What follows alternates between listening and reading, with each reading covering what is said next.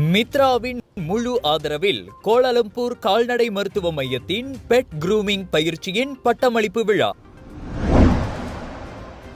பத்துபஹாட்டில் மோதி தூக்கி எறியப்பட்டதில் மாற்றுத்திறனாளி உயிரிழந்த சம்பவம். ஆடவனுக்கு எதிராக குற்றச்சாட்டு. சுட்டெரிக்கும் வெயில், குளிர்சாதன பெட்டியை குளிரூட்டியாக பயன்படுத்திய இளைஞர். நடிகர் விஜயின் கோட் திரைப்படம் உலகம் முழுவதும் வரும் செப்டம்பர் 5 வெளியீடு. கொல்கத்தா பெங்களூரு இண்டிகோ விமானத்தின் அவசர கதவை திறக்க முயன்ற மாணவன் கைது. ரஜினியின் கூலி படத்துக்கு எதிராக இளையராஜா நோட்டீஸ்.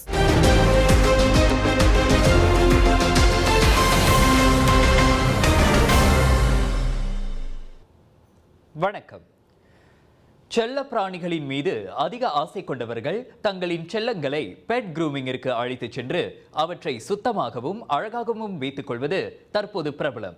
இந்நிலையில் வணிகமயமான இன்றைய நடைமுறையில் குறிப்பாக இந்தியர்கள் பலர் இந்த பெட் க்ரூமிங் சார்ந்த தொழிலில் மிகவும் குறைந்து காணப்படுகின்றனர். இதனை கருத்தில் கொண்டு கோலாலம்பூரில் செயல்பட்டு வரும் கால்நடை மருத்துவ மையம் மலேசிய இந்திய உருமாற்ற பிரிவு மித்ராவுடன் இணைந்து பெட் க்ரூமிங் பயிற்சியை அண்மையில் ஏற்பாடு செய்திருந்தது. பிராணிகள் பற்றி அறிந்து கொள்ளுதல், அதனை அலங்கரிக்கும் முறை, உடல்நலம் கவனிக்கும் வழிமுறைகள், பிராணிகளுக்கு பயன்படுத்தும் அலங்கார பொருட்கள் என 50 நாட்களுக்கு செல்ல பிராணிகளை பராமரிக்கும் இந்த பயிற்சி ஏற்பாடு செய்யப்பட்டிருந்தது. அதில் கலந்து வெற்றிகரமாக பயிற்சியினை முடித்த 50 மாணவர்களுக்கு கடந்த ஏப்ரல் 27ஆம் தேதி நற்சான்றிதழ்கள் வழங்கி கௌரவிக்கப்பட்டது. அப்பட்டமளிப்பு விழாவில் மித்ராவின் தலைமை இயக்குனர் ரவிக்குமார் சுப்பையா, மித்ராவின் பொருளாதாரம் மற்றும் வேலைவாய்ப்பு பிரிவின் உதவி இயக்குனர் சூரியதேவி ஆகியோர் கலந்து சிறப்பித்தனர். செல்ல பிராணிகளை வளர்க்கும் பலருக்கு வேலைப்பளு மற்றும் நேரமின்மை என்பதால் அவைகளை பராமரிக்க பெட் க்ரூமிங் ஸ்பா தற்போது அனைவருக்கும் தேவைப்படும் ஒன்றாகிவிட்டது. ஆகையால் இந்த பயிற்சியின் வழி நமது சமுதாயத்தினரும் இனி பெட் க்ரூமிங் தொழிலில் அதிகமாக ஈடுபட்டு கூடுதல் வருமானம் பெற்று மித்ராவின் சமுதாய உருமாற்ற நோக்கத்தை அடைய முடியும் என ஏற்பாட்டு குழுவினர் நம்பிக்கை தெரிவித்தனர்.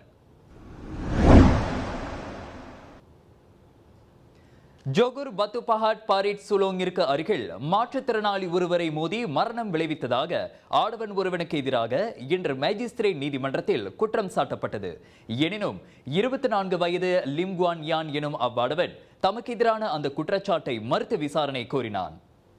வாகனம் ஒன்றை முந்திச் செல்ல முற்பட்ட போது எதிரே மோட்டார் சைக்கிளில் வந்த 58 வயது மாற்றுத்திறனாளியான முகமது ரிட்வான் அப்துல்லாவை அவன் தனது காரால் மோதி தள்ளியதாக கூறப்படுகிறது.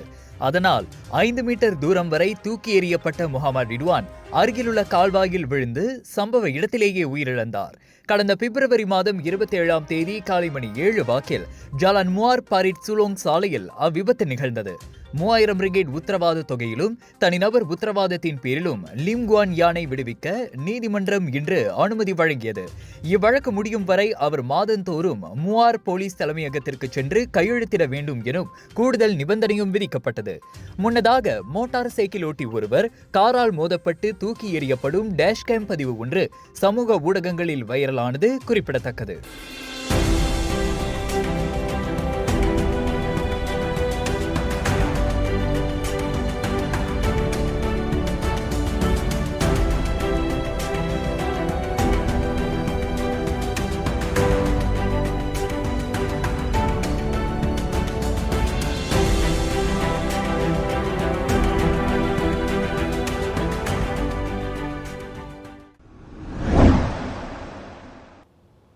இண்டிகோ விமானத்தின் அவசர கதவை திறக்க முயன்ற 22 வயது மாணவர் ஒருவரை பெங்களூரு சர்வதேச விமான நிலைய போலீசார் கைது செய்துள்ளனர்.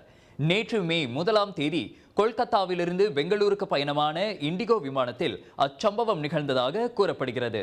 கைது செய்யப்பட்டவர் கொல்கத்தாவைச் சேர்ந்த கார்த்திக் கரன் என அடையாளம் காணப்பட்டுள்ளார். அவர் MCA பட்டப்படிப்பை மேற்கொள்ளும் 1ஆம் ஆண்டு மாணவர் ஆவார். முதல் முறையாக விமானத்தில் பயணித்த கரண் தனது நண்பரை சந்திக்க இண்டிகோ விமானத்தில் பெங்களூரு வந்ததாக கூறப்படுகிறது. எனினும் பயணத்தின் போது கரண் அவசர கதவை திறக்க முயற்சிப்பதை கவனித்த கேபின் குழுவினர் அவனை தடுத்து நிறுத்தியதாக கூறப்படுகிறது. பெங்களூருவில் உள்ள கெம்பேகிவ்டா அனைத்துலக விமான நிலையத்தில் விமானம் தரையிறங்கியதும் கைது செய்யப்பட்ட கரண் பின்னர் பாதுகாப்பு அதிகாரிகளிடம் ஒப்படைக்கப்பட்டான். அச்சம்பவத்தின் போது சம்பந்தப்பட்ட இண்டிகோ விமானத்தில் பயணித்த இதர பயணிகள் பீதியடைந்ததாக கூறப்படுகிறது. இந்திய தண்டனை சட்டத்தின் கீழ் கரணுக்கு எதிராக விசாரணை மேற்கொள்ளப்பட்டுள்ள வேளை விமானத்தின் அவசர கதவை திறக்க தாம் முயலவில்லை எனவும் இருக்கையில் இருந்து எழவே தாம் அவசர கதவின் பிடியை பற்றியதாகவும் அவன் கூறியுள்ளான் என்பது குறிப்பிடத்தக்கது.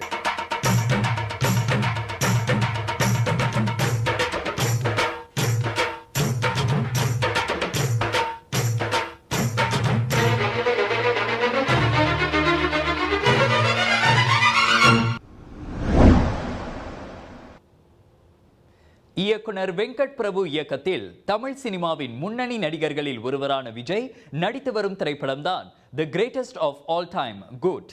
இப்படத்தின் படப்பிடிப்பு சென்னை, கேரளா உள்ளிட்ட இடங்களில் நடைபெற்ற நிலையில் தற்போது அதன் இறுதிக்கட்ட படப்பிடிப்பானது ரஷ்யாவில் நடைபெற்று வருகிறது. தொழில்நுட்பங்கள் பயன்படுத்தி விஜயின் தோற்றம் உருவாக்கப்பட்டு இரு வேடத்தில் நடிப்பதாக தகவல்கள் வெளியாகியுள்ளது. இந்நிலையில் கோட் திரைப்படம் இந்த ஆண்டு செப்டம்பர் 5ஆம் தேதி வெளியாகும் என அப்படக்குழுவினர் அதிகாரப்பூர்வமாக அறிவித்துள்ளனர்.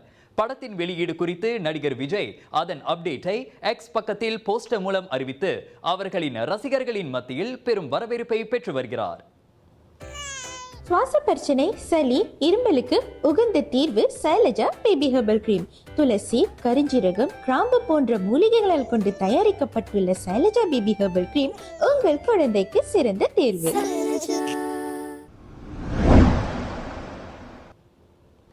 ரஜினி, லோகேஷ் கூட்டணியில் உருவாகும் கூலி படத்திற்கு எதிராக இளையராஜா அனுப்பியிருக்கும் நோட்டீஸ் தான் தற்போது தமிழ் சினிமா துறையில் சர்ச்சையான விவகாரமாகும்.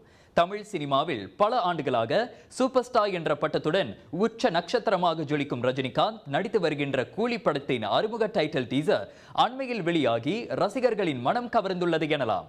இதனிடையே அந்த டீசரில் இளையராஜா இசையமைப்பில் ரஜினிகாந்த் நடித்த தங்கமகன் படத்தில் இடம்பெற்ற வா வா பக்கம் வா பாடலின் இசை பயன்படுத்தப்பட்டிருந்தது. இந்நிலையில் தன்னுடைய அனுமதி இல்லாமல் தனது பாடலின் இசையை பயன்படுத்தி இருப்பதாக கூறி கூலி படக்குழுவிற்கு நோட்டீஸ் அனுப்பியுள்ளார் இளையராஜா.